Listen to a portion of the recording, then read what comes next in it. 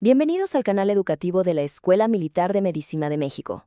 Hoy nos vamos a sumergir en un tema clave, la rigurosa aplicación de los criterios de la Clasificación Internacional de Cefaleas, la ICHCD-3, para diagnosticar correctamente la cefalea que se atribuye a un traumatismo o lesión en la cabeza o el cuello. Ok, esta es la hoja de ruta para nuestra discusión. Empezaremos con la introducción y los criterios generales. Luego nos meteremos de lleno en la cefalea por traumatismo cráneoencefálico, la del latigazo cervical y la poscraneotomía. Y para cerrar, vamos a ver la aplicación clínica y las conclusiones clave. Básicamente, vamos de lo general a lo específico para tener una visión completa. Muy bien, empecemos. El punto de partida, la verdadera piedra angular para diagnosticar cualquier cefalea secundaria a un traumatismo es la relación temporal, o sea, cuándo empezó el dolor en relación con el golpe. Este es, sin duda, el filtro diagnóstico más importante y el primero que debemos aplicar. ¿Y cuál es ese marco temporal? 7 días. Así de claro, la ICHD-3 nos dice que la cefalea tiene que aparecer en los 7 días siguientes al traumatismo, o desde que la persona recupera la conciencia y puede efectivamente decir que le duele. Y sí, podríamos pensar que la cifra de 7 días es un poco arbitraria, pero lo que nos da es una especificidad diagnóstica altísima. Fortalece muchísimo la idea de que una cosa causó la otra. A ver, además de esos 7 días iniciales, hay otra división temporal que es fundamental. Aquí es donde separamos las aguas, la forma aguda y la forma persistente. Si la cefalea se quita antes de los 3 meses, la llamamos aguda. Si sigue ahí después de 3 meses, ya estamos hablando de una cefalea persistente. Y este umbral, el de los 3 meses, no es algo sacado de la manga. Es consistente con cómo clasificamos otras cefaleas secundarias.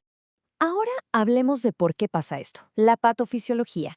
Y aquí es donde la cosa se pone de verdad interesante, porque no hay una sola causa. Es totalmente multifactorial. La investigación más reciente, la que usa técnicas de neuroimagen súper avanzadas, nos está mostrando cosas que antes no veíamos. Estamos hablando de lesión axonal difusa, de procesos de neuroinflamación, cosas que una tomografía o una resonancia convencional simplemente no captan. Bien, con esos criterios generales ya claros, vamos a meternos en el tipo más común, la cefalea que viene después de un traumatismo cráneoencefálico, el famoso TCE. Y aquí la clave es que no todas son iguales. Las vamos a subclasificar de una manera muy específica dependiendo de qué tan severo fue el golpe inicial. Y miren esta tabla. Esto es clave porque nos muestra la objetividad que se necesita. Separar un TC moderado o severo de uno leve no es algo que dependa de cuánto dolor dice sentir la persona. Para nada. Nos basamos en marcadores clínicos duros, objetivos. ¿Cuánto tiempo perdió la conciencia? ¿Qué puntaje sacó en la escala de coma de Glasgow? ¿Cuánto duró la amnesia postraumática? Y claro, si la neuroimagen muestra o no una lesión evidente. Este diagrama de flujo es básicamente nuestro mapa para navegar el diagnóstico. Resume todo el proceso de decisión clínica. Nos lleva de la mano, partimos del traumatismo, aplicamos el filtro de los 7 días, luego el de los 3 meses para ver si es aguda o persistente, y finalmente usamos los criterios de la tabla para decidir si fue un TCE leve o uno moderado a severo. Es una forma muy clara y sistemática de llegar al diagnóstico correcto.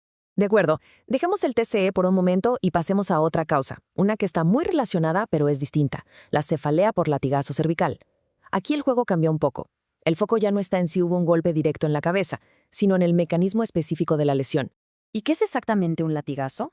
Pues la IHCD-3 es muy clara. Lo define por su mecanismo cinético, ese movimiento brusco de aceleración y desaceleración de la cabeza.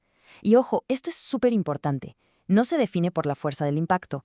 Esto significa que incluso un choque a baja velocidad puede provocarlo. Es una causa que está más que reconocida de cefalea, tanto en su forma aguda como en la persistente. Y al igual que con el traumatismo cráneoencefálico, la clasificación temporal es la misma. Usamos el mismo punto de corte de 3 meses para decidir si es aguda o persistente. Pero aquí hay una perla clínica que no podemos olvidar. Si estamos ante una cefalea persistente por latigazo, es absolutamente obligatorio pensar y descartar una cefalea por abuso de medicación. Es el diagnóstico 8.2 y es un factor de confusión muy común. Y llegamos a la última categoría que revisaremos hoy.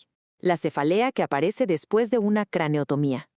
Esta es una consecuencia directa de una intervención neuroquirúrgica y, como veremos, tiene sus propias reglas para el diagnóstico.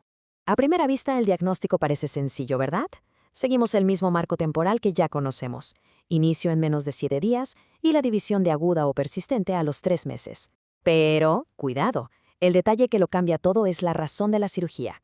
Si la craniotomía se hizo para tratar un traumatismo, entonces la cefalea se debe codificar como cefalea por TCE, no por craniotomía.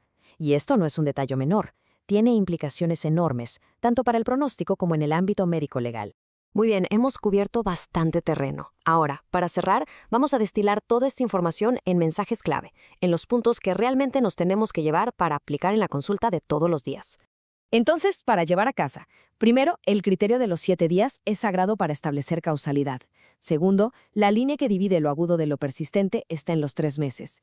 Tercero, la severidad del TCE se mide con criterios objetivos, no subjetivos. Cuarto, hay que saber codificar y diferenciar bien entre TCE, latigazo y craniotomía. Y quinto, siempre, ante una cefalea postraumática que no se quita, hay que descartar la cefalea por sobreuso de medicación. Esto no es solo para ponerle una etiqueta correcta al paciente. Esto define el manejo, el pronóstico y cómo nos comunicamos. Codificar bien es fundamental. Y esto nos lleva a la pregunta final, la que realmente importa. ¿De qué sirve toda esta clasificación tan rigurosa? Pues no es un simple ejercicio académico. Es el cimiento sobre el que construimos un plan de tratamiento, sobre el que damos un pronóstico realista y sobre el que podemos seguir investigando para entender mejor esta condición, que es increíblemente común y con frecuencia muy incapacitante. Este video fue producido por el general de brigada médico cirujano Humberto Carrasco Vargas. Muchas gracias por su atención.